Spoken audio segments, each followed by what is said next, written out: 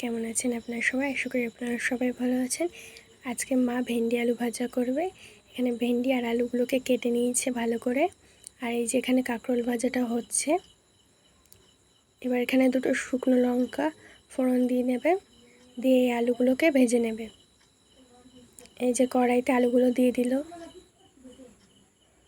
দিয়ে আলুটাকে ভালো করে ভেজে নেবে।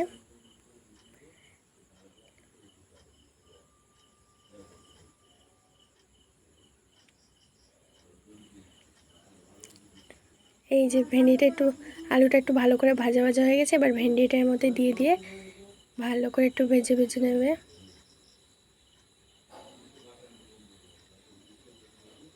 এই যে দুটোকেই ভালো করে ভেজে নিচ্ছে। এবার এর মধ্যে একটু হলুদ দিয়ে দেবে, 2 চামচ হলুদ গুঁড়ো দিয়ে দেবে, দিয়ে এটাকে ভালো করে নেড়ে নিয়েছে। এটা প্রায় ভাজা ভাজা হয়ে গেছে। এবার এর মধ্যে 1 চামচ নুন দিয়ে দেবে, দিয়ে ভালো করে নেড়ে নেবে ভাজাটাকে।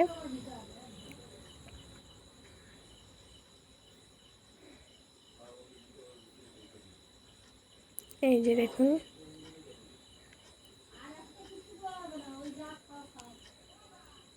এবার এর মধ্যে আমরা দিয়ে দেবো 1 চামচ মতো লঙ্কার গুঁড়ো, দিয়ে এটাকে ভালো করে নেড়ে নেবে।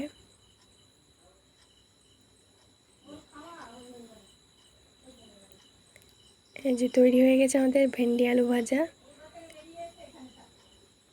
ভিডিওটা কেমন লাগলো অবশ্যই কমেন্টে জানাবেন। দেখা হচ্ছে নতুন ভিডিওতে।